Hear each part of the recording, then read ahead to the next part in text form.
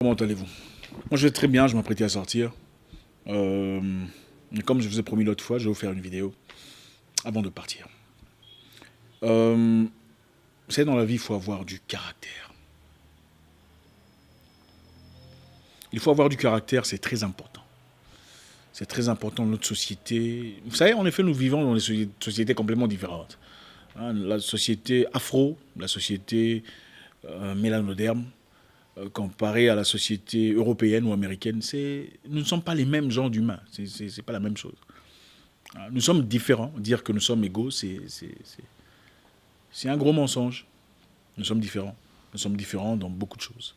Sur le plan comportemental, nous sommes différents sur le plan culturel, sur le plan social. Il faut donc s'adapter. Il faut s'adapter à son environnement. Je vais vous donner quelques éléments qui m'ont aidé, moi, personnellement. Je voudrais parler à mes jeunes frères ou mes cousins, peu importe, mes confrères africains, travailleurs, lutteurs, batailleurs. Je voudrais vous donner deux éléments importants qui m'ont aidé personnellement à progresser dans mon domaine. En tout cas, sur le plan entrepreneurial. Dans la vie, il faut avoir du caractère. Et c'est très important. Les gens diront toujours des choses. Les gens auront toujours des choses à raconter. Des choses négatives. Peu importe ce que vous faites. Les gens auront toujours des critiques à présenter. Que vous trouviez l'antidote contre l'Ebola ou que vous trouviez un médicament contre le sida, les gens auront toujours des choses négatives à présenter par rapport à ce que vous avez présenté. C'est ça la vie. Les gens vous diront comment élever vos enfants, ils vous diront comment laver votre voiture, comment faire pour évoluer dans votre domaine personnel, comment avoir un mariage stable, pendant qu'eux-mêmes n'ont peut-être pas tous ces éléments. Il faut avoir du caractère, avoir une position. Ne pas vous laisser bousculer par des personnes seulement pour vous faire accepter. Des personnes qui ont des valeurs moraux différentes de vôtres. Ne le faites pas. Ne cédez pas à la pression. Vous êtes né seul. Vous vivrez vos batailles seul, croyez-moi. Les gens sont toujours là pour faire des commentaires, pour critiquer, pour placer leur jab. Mais finalement, quand il faut véritablement aider, quand il faut participer, ils seront absents. Quand il faut cotiser, ils seront absents.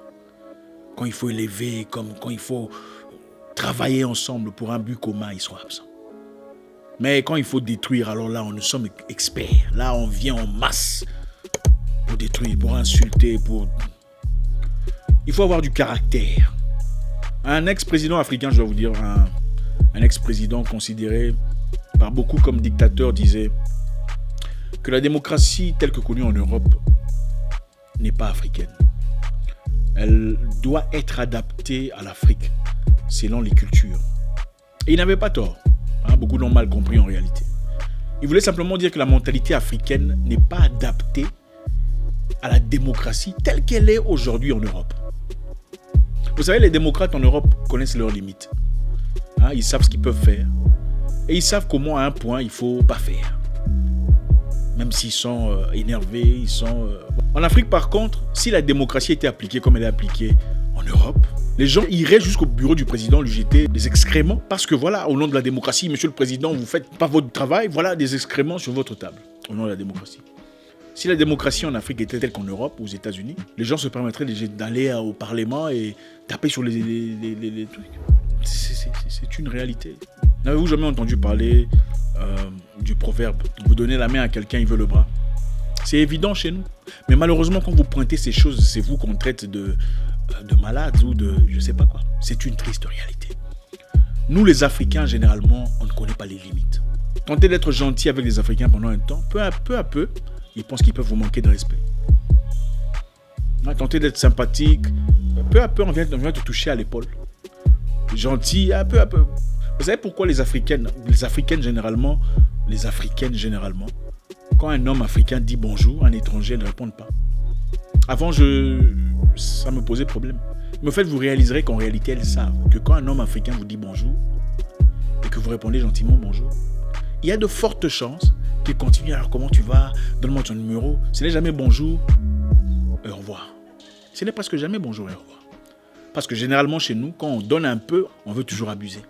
On abuse de la sympathie, de la gentillesse. On abuse même des offres gratuites. On prend ça pour... Il faut avoir du caractère, c'est-à-dire... N'appliquez pas la démocratie dans votre business si vous voulez évoluer. Vous ne pouvez pas être démocrate dans votre entreprise. Vous allez tomber en faillite. Démocrate où tout le monde peut présenter ses idées comme il veut. Démocrate où tout le monde peut participer comme il veut, selon ses pensées personnelles, sans vérifier avec vous. Démocrate où chacun peut venir quand il le veut. Vous allez tomber en faillite. Je comprends que les gens aiment participer, apporter un plus dans la vie des proches, de la famille, des amis. Mais comprenez une chose. Toutes ces personnes appréciées du monde aujourd'hui, Steve Jobs, Zuckerberg, Bill Gates, toutes ces personnes qu'on apprécie aujourd'hui, Oprah Winfrey, ont été critiquées par leurs proches. Vous serez critiqués. C'est inévitable. Les gens diront des choses. Il se prend pour qui? Il pense qu'il a la science infuse. Ça, c'est les francolâtres. Tous les pays colonisés par la France. Il pense qu'il a la science infuse. Mais ils ont $3 en banque. Mais il veut t'expliquer comment toi tu dois penser. Les gens vous critiqueront toujours.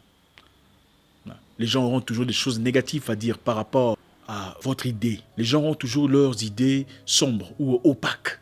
Et du caractère. N'ayez pas peur de révoquer. N'ayez pas peur de ne pas vous associer, même avec un proche qui ne vous avance pas, qui ne vous aide pas à progresser dans la vie. À quoi ça sert? Je sais que les gens veulent bien apporter un plus dans leur famille, dans la vie de leurs amis. À quoi vous servirait-il d'associer des gens qui sont censés être des proches, mais qui au final viennent toujours en retard? Ça vous sert à quoi?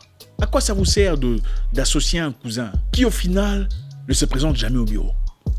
Il y a toujours des manquants, toujours des choses inadéquates, des choses incomplètes. À quoi ça vous sert? Il faut avoir du caractère. Il faut tenir ferme contre les émotions. Il y a quelqu'un qui disait la logique, et Hélène, c'est la logique ou quoi? Et l'émotion est nègre. Avait-il vraiment tort? Combien de fois avez-vous vu présenter une idée cohérente et les gens viennent vous bombarder des trucs émotionnels? Séparez-vous de ces choses. Regardez, à chaque fois que vous voudrez faire quelque chose de positif, en y appliquant de la rigueur, d'accord? Quand vous dites aux gens, venez à temps, ne soyez pas en retard. Et vous diront, lui, il se prend pour qui? Il est trop dans l'extrémisme. Beaucoup de gens, en parlant de rigueur, font allusion à l'extrémisme. En Afrique, quand vous parlez de rigueur, les gens vous prennent pour un extrémiste. Comment pouvez-vous avancer dans ces conditions? Si vous voulez avancer dans la vie, associez-vous des gens qui comprennent, associez-vous aux gens qui sont adaptables, des gens qui comprennent qu'il faut venir à temps, des gens qui comprennent qu'il faut respecter les autres, des gens qui comprennent les limites. Si vous voulez avancer dans la vie, apprenez à mettre les limites, les garde-fous. C'est très important. En Afrique, généralement, quand on commence à se tutoyer, le manque de respect est très proche. Est-ce que je suis en train de mentir? Certains vous diront, non, ce n'est pas tout le monde. Mais c'est vrai. En Europe, on peut se tutoyer dans le respect. Ça, on le sait, attendez, c'est pas moi quand vous allez en Afrique, à partir du moment où vous commencez à tutoyer votre oncle, à tutoyer votre... Bon, c'est vrai, il y a des familles, c'est peut-être pas tout le monde, mais la majorité, c'est le début du manque de respect. Non, le manque de respect est très proche. Et quelquefois, il faut savoir garder le vouvoiement pour garder la distance, le respect. Quand on se tutoie avec son boss, très souvent, on commence à venir en retard. Après tout, c'est Justin. Il est important de savoir mettre les garde-fous. La deuxième chose, séparez vos émotions de la logique. Vous allez vers un objectif bien précis. Ce n'est pas une histoire de drame. Ce n'est pas une association de pleurage ou de... Non. Vous avez un objectif de vie. Vous avez besoin de personnes compétentes, de gens qui comprennent votre vision. Cherchez des vrais amis, vos vrais frères. Les frères ne sont pas nécessairement des gens issus de la même lignée, non. Les frères ne sont pas nécessairement des gens avec qui vous partagez un ADN. Les frères sont ces personnes qui seront là au moment difficile. Ces personnes qui vous soutiendront et qui seront présents pour vous aider à aller de l'avant. Ceux-là sont des frères. Les frères sont ces personnes qui paieraient le minerval de vos enfants si vous étiez arrêté ou si vous étiez jeté en prison injustement.